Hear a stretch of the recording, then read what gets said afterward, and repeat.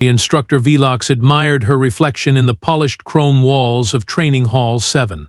6 arms, each ending in razor-sharp claws, scales that shimmered like liquid silver, a reputation that made grown Corthaxians wet themselves in fear. 47 species had sent their finest warriors to the Galactic Combat Academy, and 47 species had watched their champions get thoroughly dismantled by her superior technique. She was, quite simply, perfection in reptilian form. Another glorious day of enlightening the inferior, she muttered, checking her chronometer. The morning batch would arrive soon, including those new exchange students from some backwater planet called Earth. The name alone sounded primitive, like something you'd scrape off your boots. The Academy's decision to include humans in their prestigious program was clearly some bureaucratic joke. Deathworlders, they called them, which was laughable. If they were so deadly, why had it taken them this long to achieve basic spaceflight? Velox had seen the preliminary reports: bipedal mammals with soft skin, dull teeth, and only 2 arms. 2. How did they expect to fight with such pathetic limitations? The betting pools had already opened in the faculty lounge. Current odds on human survival, 37-1 against lasting a full week. Velox had placed a considerable wager on less than 3 days because she was feeling generous.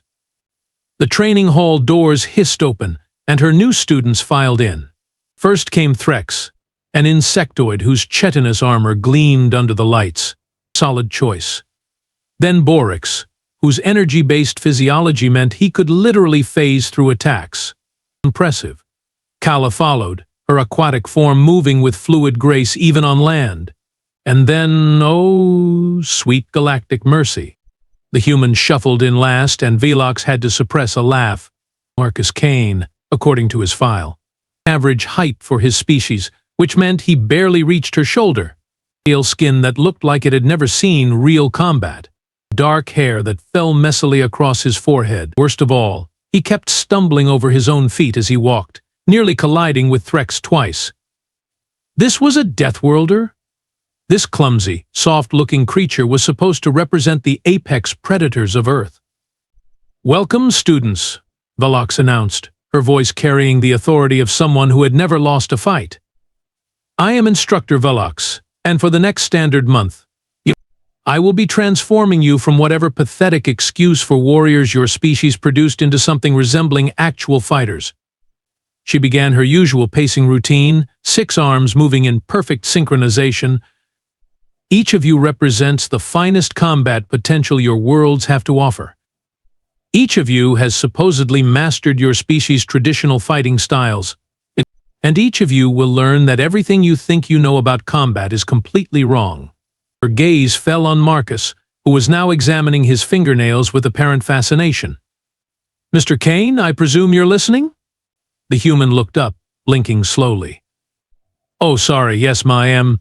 Just trying to figure out how gravity works here. Feels different." "Gravity?" "The station maintained standard galactic norms." "What kind of primitive sensory system did these humans possess?" "I see," Velox said, her tone dripping with condescension. "Well, perhaps you can enlighten us about Earth's combat traditions? I'm sure we're all eager to learn about your sophisticated techniques." Marcus scratched his head, looking genuinely confused. "Combat traditions? I mean, we mostly just try not to get hit, I guess. And if something's trying to hurt you, you hurt it back faster?" The other students exchanged glances. Even they seemed embarrassed for him. "Fascinating," Velox purred. "Such tactical brilliance. I can hardly wait to see these legendary Deathworlder skills in action." Oh, this was going to be even more entertaining than she'd hoped. 3 days into the program, Velox decided it was time for a practical demonstration. Not because the curriculum demanded it, of course, but because watching the human fumble through basic defensive stances had become genuinely painful. The creature moved like he was underwater, reacted like his nervous system was made of tree sap, and seemed genuinely surprised every time gravity worked the way it was supposed to. "Today we will conduct a live combat demonstration," she announced to the assembled class. "Theory is well and good, But nothing teaches proper technique like watching a master at work. Threx's mandibles clicked with excitement. His species appreciated good theater, and Velox never disappointed. Borix's energy form shimmered brighter, which she'd learned meant anticipation. Even Kala seemed more alert, her gill slits fluttering with interest. Marcus, predictably, was staring at the ceiling with that vacant expression he seemed to favor. The purpose of this exercise, Velox continued, beginning her ceremonial pre-fight stretching routine, is to demonstrate the vast gulf between amateur flailing and professional combat technique. Some species. She paused, letting her gaze fall meaningfully on the human, seemed to believe that brute force and random aggression constitute valid fighting styles. She flexed all 6 arms in sequence, joints popping with satisfying precision. I will now show you why proper training, superior anatomy, and intellectual approach to combat will always triumph over primitive instincts. The selection of her demonstration partner was naturally obvious. Threx would provide too much actual challenge. Borix could phase out of her attacks, which would ruin the educational value. Kala needed special atmospheric equipment that made sparring awkward. But Marcus? Perfect. The moment Velox moved, the fight was essentially over? Or so she thought.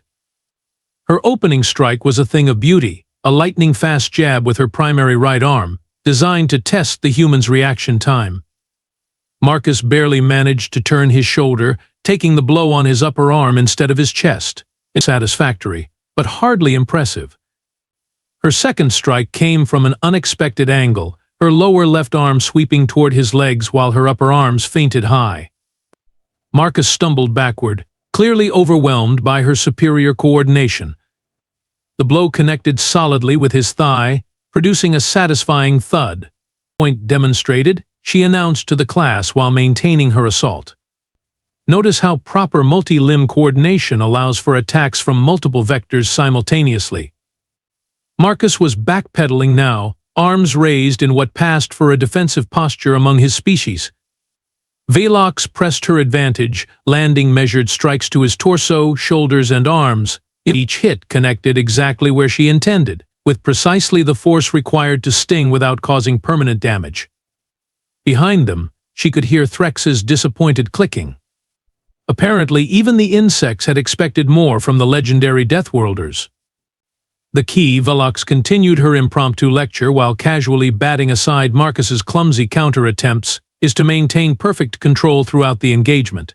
Violence without precision is merely barbarism. Marcus was breathing harder now, sweat beading on his primitive mammalian skin. His movements were becoming even more uncoordinated, if such a thing were possible.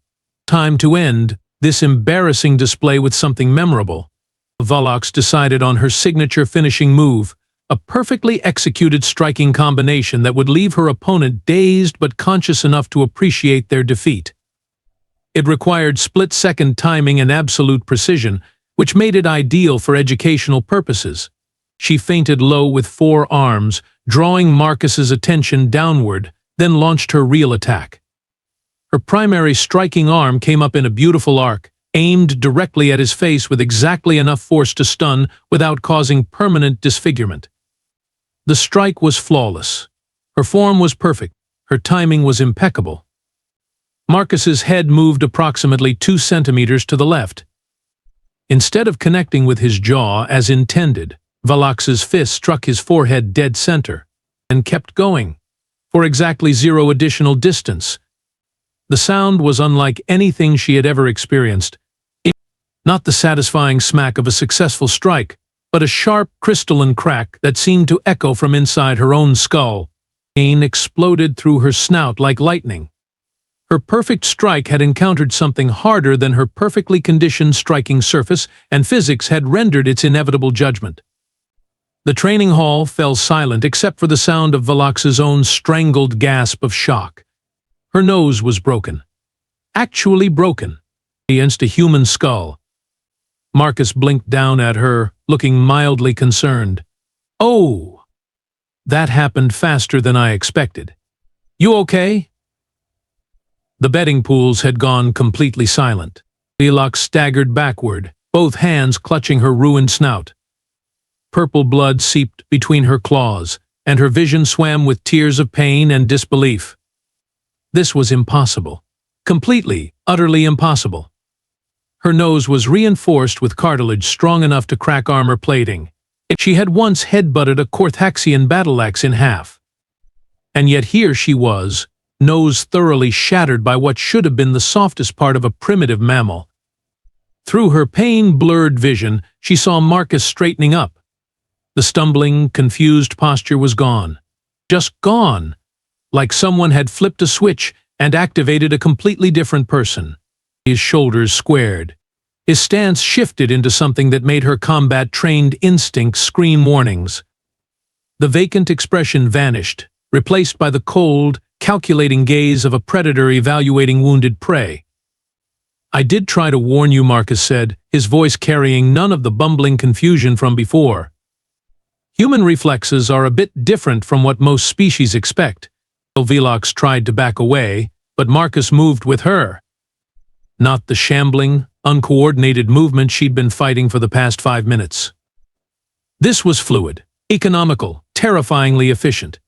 "See, the thing about humans," Marcus continued conversationally, as if he wasn't stalking her across the training mat, "is that we're built for a world that's constantly trying to kill us. Everything on Earth wants to eat us, poison us, crush us, or tear us apart. So we evolved some interesting adaptations." He gestured casually at his own head. Skull thickness, for example. Human bone density is roughly 3 times galactic average. We need it, because on our world, falling rocks are a legitimate daily hazard. Velox's tactical mind was screaming at her to attack, to use her reach advantage, to do something other than retreat. But every combat instinct she'd developed over 2 centuries was telling her she was in immediate, mortal danger. "Then there's our pain tolerance," Marcus said, still advancing with that predatory grace. "Most species treat pain as a shutdown signal. For us, it's more like a helpful suggestion that we can safely ignore when necessary." She tried to circle away from him, using her superior speed. Marcus simply turned to follow her movement, not rushing, not hurrying. Like he had all the time in the world. "And our grip strength," he continued, flexing his fingers experimentally, "evolved from hanging off trees and climbing cliff faces, comes in handy for various applications." Velox made her move. A desperate, precisely aimed strike with her upper right arm, intended to catch him off guard while he was talking. It was textbook perfect, impossible to counter without proper training. Marcus caught her wrist mid-strike. Not deflected. Not blocked. Caught. His soft mammalian fingers wrapped around her scaled forearm like they were made of living titanium. Her perfectly executed attack simply stopped. "The really interesting thing about human anatomy," Marcus said, his grip tightening imperceptibly, "is how we're designed with redundant systems. Lose one arm, you've still got another.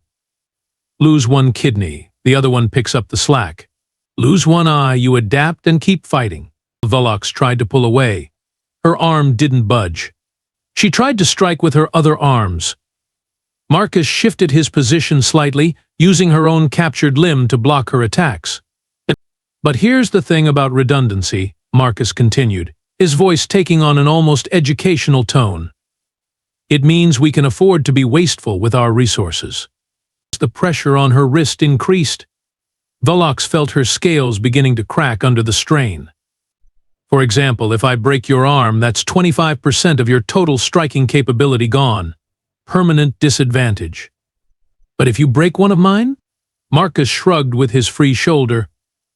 "I've still got another one that works just fine." "Please," Velox whispered, finally understanding the magnitude of her mistake. "I yield. I surrender. Combat complete." Marcus tilted his head, considering her words. "You know, I did try to suggest a safe word. But you seemed pretty confident in your abilities." The pressure increased again. Velox could feel the bone beginning to bend. "Marcus!" Threx shouted from the sidelines. "Stop, she surrenders." "Oh, she does?" Marcus looked genuinely surprised. "That's good to know. Unfortunately, you see, when humans get into fight or flight mode, Our higher brain functions kind of take a backseat to more primitive responses. Snap. The sound echoed through the training hall like a gunshot. Velox's scream followed immediately after. Alarms began blaring. Emergency medical teams burst through the doors. The other students were scrambling backward, suddenly very aware that they were sharing a room with something far more dangerous than they had realized. Marcus released her broken arm and stepped back, the predatory intensity fading from his expression. "Sorry about that," he said, sounding genuinely apologetic. "Reflexes, you know?" The Academy medical bay smelled of antiseptic and wounded pride. Velox lay on the recovery pod, her nose reconstructed with synthetic cartilage, her arm encased in a molecular regeneration cast. The physical pain was manageable. The psychological damage was proving far more difficult to treat. 200 years of combat experience, 47 species worth of victories, all rendered meaningless by one supposedly primitive mammal who had been pretending to be incompetent. She stared at the ceiling, replaying every moment of the fight, trying to understand where her analysis had gone so catastrophically wrong. Marcus had moved like he was underwater for days, then transformed into something that made her ancestral predator instincts scream in terror. How was such deception possible? The medical bay doors hissed open, and Director Quinn entered. The ancient Vorthax crystalline exoskeleton caught the light as he approached her bed, his multifaceted eyes reflecting what looked suspiciously like amusement. "Feeling better, Instructor?" he asked, settling his considerable bulk into a chair designed for species with more conventional anatomy. "My pride may never recover," Velox admitted. "Director, what exactly is Marcus Kane?" Quinn produced a data pad from somewhere within his carapace. "An excellent question. I thought you might be curious about Mr. Kane's actual background." He activated the display and Velox's eyes widened as she read the file. "Special operations? Battlefield medicine certification? Combat engineering specialist? Survival training instructor?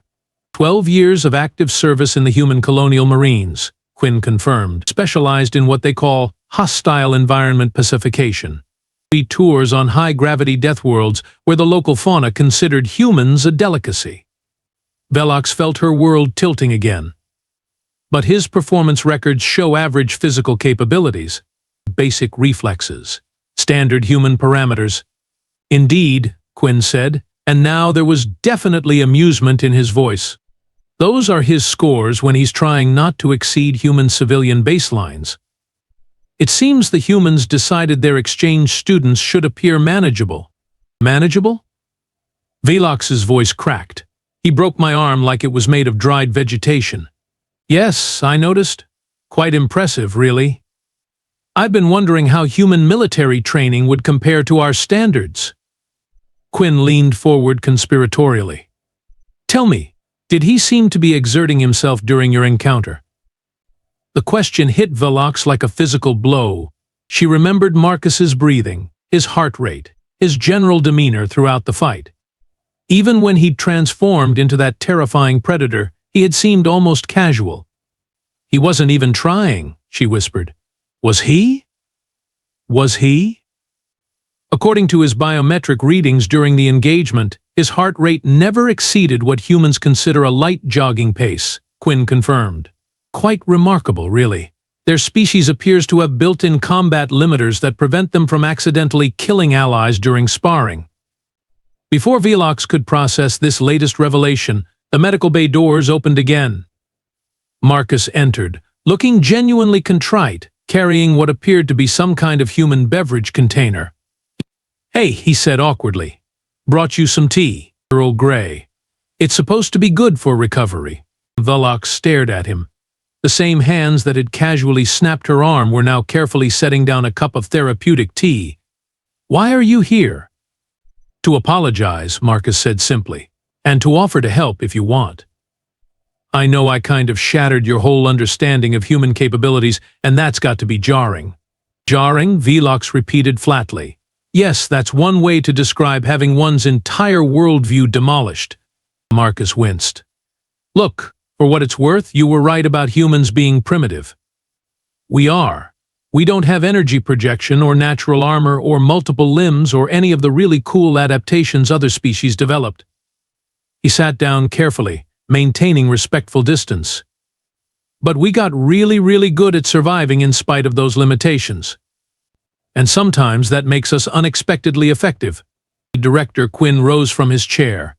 I'll leave you two to discuss curriculum modifications. Instructor Velox, take all the time you need to recover. We'll be restructuring the program to include proper Deathworlder protocols. After he left, Velox looked at Marcus with new eyes. How many other species have you been holding back against? Marcus's uncomfortable expression told her everything she needed to know. All of them, she said, not really asking. All of them, he confirmed softly. 3 weeks later, Velox stood at the front of Training Hall 7 alongside her new co-instructor. The sight still felt surreal. Marcus Kane, the same human who had systematically dismantled her reputation and several bones, was now patiently explaining proper falling techniques to a group of increasingly attentive alien students. The key, Marcus was saying, demonstrating a combat role that would have looked clumsy coming from any other species, is to distribute impact across multiple contact points. But humans call it breakful training, because we spend a lot of time getting knocked down. Rex raised one chitinous arm. Instructor Kane, why do humans train specifically to fall? Do you anticipate failure? Marcus grinned, and Velox suppressed a shudder. She'd learned to recognize that expression as Marcus finding something genuinely funny rather than genuinely threatening. On Earth, everything's trying to knock you down. Gravity, predators, other humans, weather patterns, geological instability. We figured if we're going to hit the ground anyway, we might as well get good at it. The Academy's curriculum had undergone what Director Quinn diplomatically called comprehensive restructuring. What he meant was that every combat protocol, training manual, and assessment standard had been completely rewritten to account for the fact that humans were apparently walking weapons of mass destruction pretending to be harmless mammals. Deathworlder studies was now a mandatory course. Velox had initially resented the implication that she needed additional education, but after 3 weeks of watching Marcus casually demonstrate techniques that violated everything she thought she knew about physics, biology, and basic survival instincts, she was grateful for the crash course in human capabilities. Instructor Velox, Kala called out, her aquatic form rippling with curiosity, "You fought many species. How do humans compare to traditional warriors?" Velox considered the question carefully. Traditional warriors rely on superior physical capabilities, advanced weapons, or specialized environmental advantages. Humans. She paused, watching Marcus effortlessly lift a training weight that should have required mechanical assistance. Humans seem to have evolved past the need for advantages. They simply refuse to accept disadvantage as permanent. It's more about adaptability than strength, Marcus added, setting down the weight with casual ease. Most species optimize for specific environments or combat scenarios. Humans optimize for surviving whatever random nightmare the universe throws at us next. Orcs's energy form pulsed thoughtfully. This explains why human ships carry such diverse equipment. You're prepared for situations that haven't even occurred yet. Pretty much, Marcus confirmed. Hope for the best, plan for the worst, expect the unexpected. It's basically our species' motto. The class continued with Marcus demonstrating what he called basic human defensive techniques.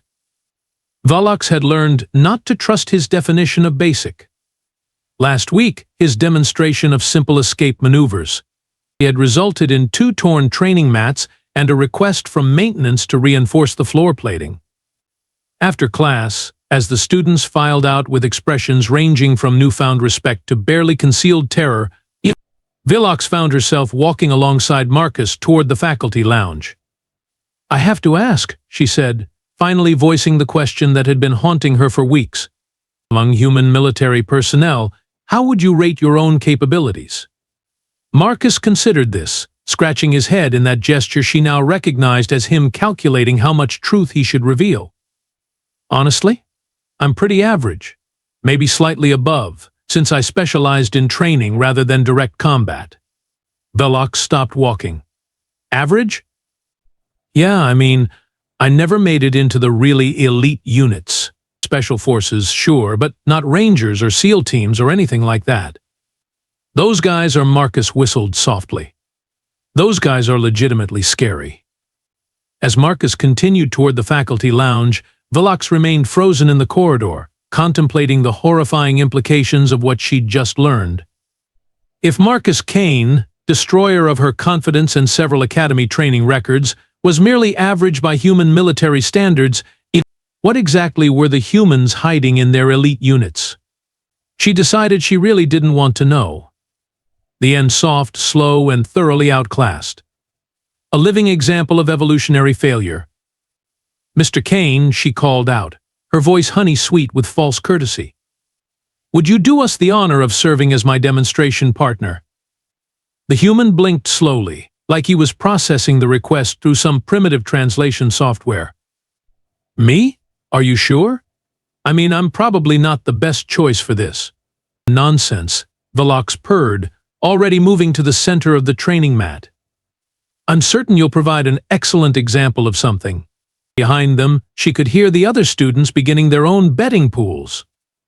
Threx was clicking rapidly to Borix, probably wagering on how many seconds the human would remain conscious. Kala's translator was whispering odds in 3 different languages. Marcus stood up slowly, stretching his back with an audible crack. Okay, but I should probably mention something first. Oh? Velox was already assuming her preferred combat stance, weight distributed perfectly across 4 arms while the other 2 remained ready for defensive maneuvers. What wisdom would you like to share? Well, Marcus said, walking onto the mat with that same stumbling gait, humans have these things called reflexes. And sometimes when we get startled or think we're in danger, we kind of react without thinking. Velox nearly laughed out loud. Reflexes? She possessed reaction times measured in microseconds. Her nervous system was a masterwork of evolutionary engineering, capable of processing multiple attack vectors simultaneously while calculating optimal countermeasures. What could this lumbering mammal possibly know about reflexes?